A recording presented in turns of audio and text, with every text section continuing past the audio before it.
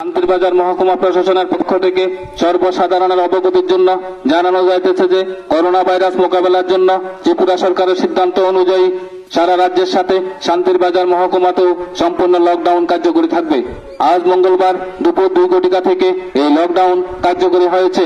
লকডাউনের সময় কোন রকম পরিবহন ব্যবস্থা চলবে না। অত্যাবশ্যকীয় দ্রব্য পরিবহন ব্যবস্থা চালু থাকবে। সাধারণ নাগরিকদের বিশেষ প্রয়োজন ছাড়া ঘরের বাইরে যেতে নিষেধ করা হচ্ছে। সামাজিক মেলামেশা বন্ধ রাখতে হবে। নিত্য প্রয়োজনীয় সামগ্রী, ঔষধ বা অন্যান্য জরুরি পরিষেবা চালু থাকবে। এছাড়া সমস্ত দোকানপাট বন্ধ থাকিবে। ব্যবসায়ী বন্ধুদের উদ্দেশ্যে বলা হচ্ছে, আপনারা অযথা দ্রব্যমূল্য বৃদ্ধি করবেন না। সরকারি আদেশ অমান্যকারীদের বিরুদ্ধে আইনানুগ ব্যবস্থা নেওয়া হবে।